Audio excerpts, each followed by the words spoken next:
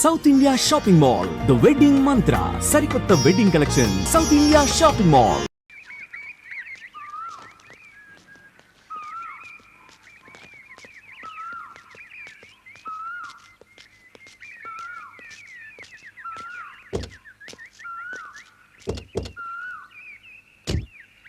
ఎప్పుడు వస్తున్నావు? 2 రోజుల్లో వస్తున్నాను. Okay, bye.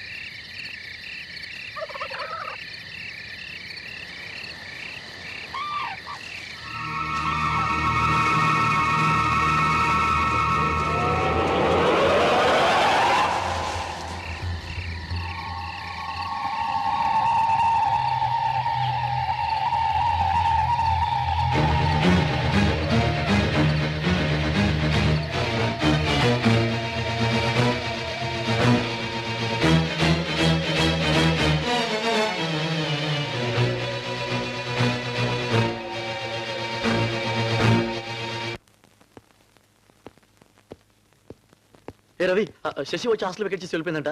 నిమ్మి ఎవడిగా మాట్లాడలేదంట. తను ఎక్కడా? రైల్వే స్టేషన్కి వెళ్ళి ఉండొచ్చు.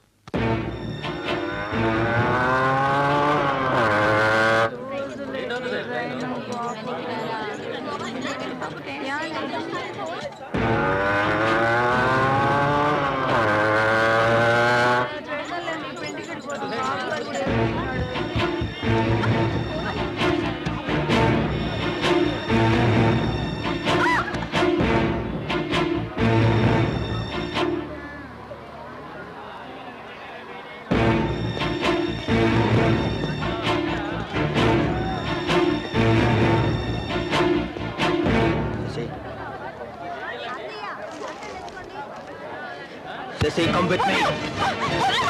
Come with me.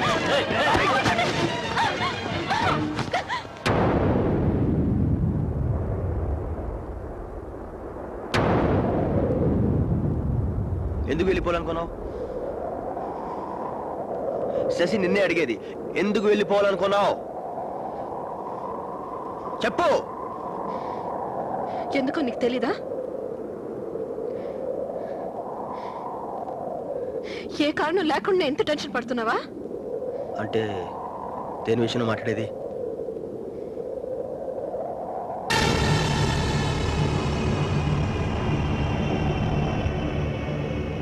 నాకంతా తెలిసింది రవి. నువ్వు ఎలాంటి మనిషి నాకు ఇప్పుడు అర్థమైంది. నిన్ను గొప్పగా ఊహించుకున్నందుకు సిగ్గుపడుతున్నాను. చూడు, మా నాన్ని చంపాలని తెలుసు కూడా నేనేం చేయాలనుకోలేదు. ఇంకెప్పుడు నీ మొహం నాకు చూపియద్దు ప్లీజ్. అవును, మీ నాన్ననే చంపాను, ఒప్పుకుంటున్నాను. ఏ మీ నాన్న మాత్రం ఎవరిని చంపలేదా? చూడు, నువ్వు ఎలాంటి మనిషిని చంపావు దాని గురించి మాట్లాడలేదు. నువ్వు ఒక మనిషిని చంపావు రవి. ఛీ! నిన్ను చూస్తే అసహ్యంగా ఉంది. నేను ఒక ఆర్టిస్ట్ ని చూసాను కానీ క్రిమినల్ కాదు. అవును, ఇప్పటికి అదే చెప్తున్నాను. I'm not a criminal. చిన్నప్పటి నుంచి నాకు ఎవరు లేరు. ఎంత అగలిసినా ఏ తప్పు చేయలేదు. కష్టపడి బతికాను. కానీ ఇప్పుడు ఈ తప్పు ఎందుకు చేయాల్సి వచ్చింది? నీ కోసం. Because of you. నువ్వు నా ప్రపోజల్ రిజెక్ట్ చేసినప్పుడు అది నా బ్యాడ్ లక్ అనుకున్నాను. కానీ ఎప్పుడైతే నన్ను ప్రేమిస్తానని చెప్పావో అప్పుడు ఏ పరిస్థితులు మనల్ని విడదీయకూడదని మొండిగా నిర్ణయించుకున్నాను. అవును, మన ఇద్దరం ఒకరినొకరు ప్రేమించుకుంటున్నప్పుడు నాకున్న బాధ ఖచ్చితంగా నీకు కూడా ఉంటుంది. మీ వాళ్ళకి భయపడి నీ ప్రేమ నీలోనే దాచుకున్నావు. నాకంటే ఎక్కువ బాధపడుతున్నావు. అందుకే మీ బాధ దగ్గరికి వెళ్ళాను. అతను కన్విన్స్ అయ్యాడు. అలాగే మీ నా దగ్గరికి వెళ్ళాను. ఎలా బిహేవ్ చేశాడు తెలుసా? ఆయన ఒప్పించడానికి కూడా మ్యాక్సిమం ట్రై చేశాను, కానీ ఒప్పుకోలేదు. ఆఖరికి నిన్ను కూడా చంపేస్తా అన్నాడు. నిన్ను కూడా ఆ తట్టుకోలేక చంపేస్తాను తెలుసా? నన్ను కన్విన్స్ చేయొద్దు. నా కోసం మా నాన్న చంపాను అంటున్నావు.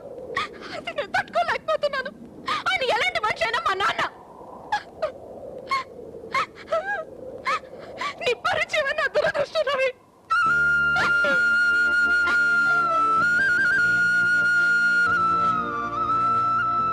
నీకోసం అంటున్నావు. నా కోసం ఏం చేశావు? ఎంతో ఆశగా చదువుకోవాలని వచ్చాను. నీ వల్ల నా చదువు పోయింది. ప్రేమ ప్రేమ నా అనుక్షణం నన్ను బాధ పెట్టావు. ఆఖరికి మా నాన్ని చంపేశావు.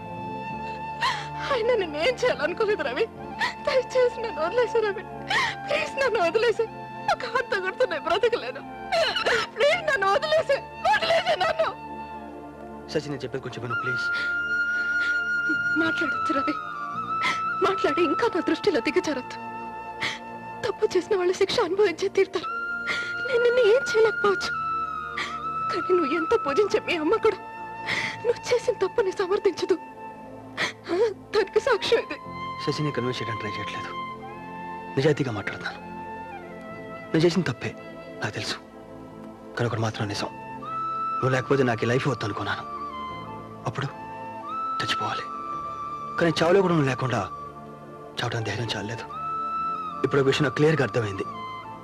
ఎట్టి పరిస్థితుల్లోనూ నీ ప్రేమ నాకు దొరకదు. I'm unlucky. I'm sorry Shashi. నేను చాలా బాధ పెట్టాను. ఇక నీకు నా వల్ల ఏ బాధ ఉండదు, ఏ ప్రాబ్లం ఉండదు. I promise. Bye Shashi, bye.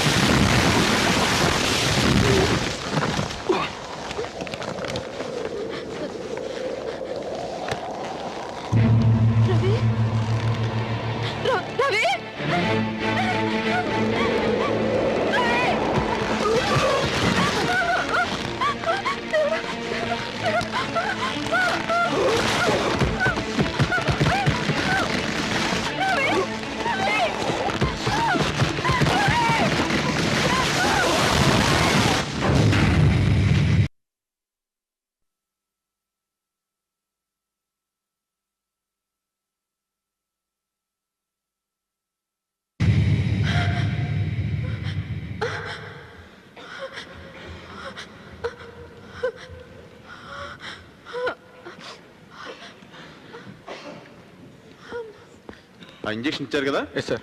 కొన్ని రోజులు అబ్జర్వేషన్ ఉంచుదాం. Okay sir. ఎలా ఉందండి? He's out of danger. Out of danger in the sense తన ప్రాణానికి ప్రమాదం ఏం లేదు, కానీ అంత ఎత్తు నుంచి పడడం వల్ల తలకు చాలా గట్టి దెబ్బ తగిలింది. He's totally disable. ఎవరిని గుర్తుపట్టలేడు, మాట్లాడలేడు. ఒక రకంగా ఇది చావు కంటే పెద్ద శిక్ష. చూడాలి సిస్టర్, పేషెంట్ దగ్గర తీసుకెళ్ళు.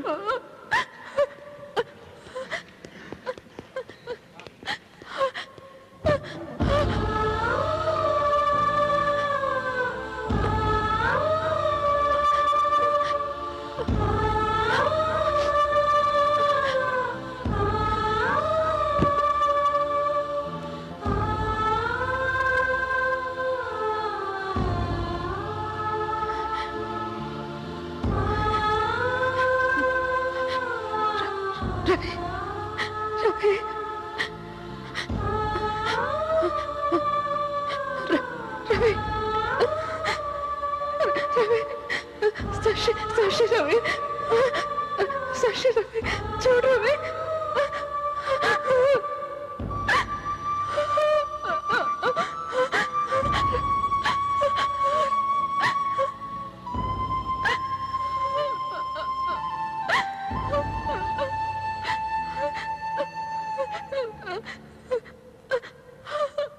చూడమ్మా, నువ్వు ఇప్పుడు ఈ మనిషి మీద చూపిస్తున్న సానుభూతి, పడుతున్న బాధ ఒక మనిషి పట్ల ఒక మనిషికి ఎంతకాలం నిలుస్తుంది? ఎందుకంటే నవ్ ఇస్ జస్ట్ వెజిటబుల్, ప్రాణం తప్ప మరేమీ లేదు.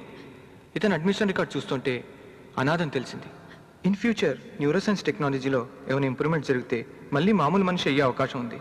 బట్ ఇప్పుడు ఇతన్ని పసిబిడ్డలా చూసుకోవాలి. అది ఎవరి వల్ల అవుతుంది? మీరిద్దరూ ప్రేమించుకున్నారు తెలిసి నువ్వు సంతోషంగా ఉండాలని మీ పెళ్లికి నేను సపోర్ట్ చేశాను. కానీ అతను మీ నాన్న చంపాడని తెలుసు కూడా నువ్వు ఇంకా. అతను నాన్ని చంపినా తను చావడానికి సిద్ధపడ్డా దీని అంతటి కారణం నేనే. రవి గురించి నాకు బాగా తెలుసు బావా. పిచ్చివాడు ఎంత నేరం చేసినా దానికి శిక్ష ఉండదు. అలాగే రవి కూడా నా మీద ఉన్న మితిమీరిన ప్రేమ పిచ్చి వల్ల ఈ పనులన్నీ చేశాడు. అలా అని నేను రవిని సమర్థించడం లేదు. కానీ నాన్ని చంపిన రవి ఇప్పుడు అతను లేడు బావా, చచ్చిపోయాడు. అతనిలో ఉండేది కేవలం ప్రాణం మాత్రమే.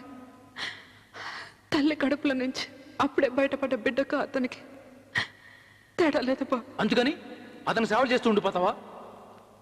చూడు శశి, నన్ను పెళ్లి చేసుకోమని చెప్పట్లేదు.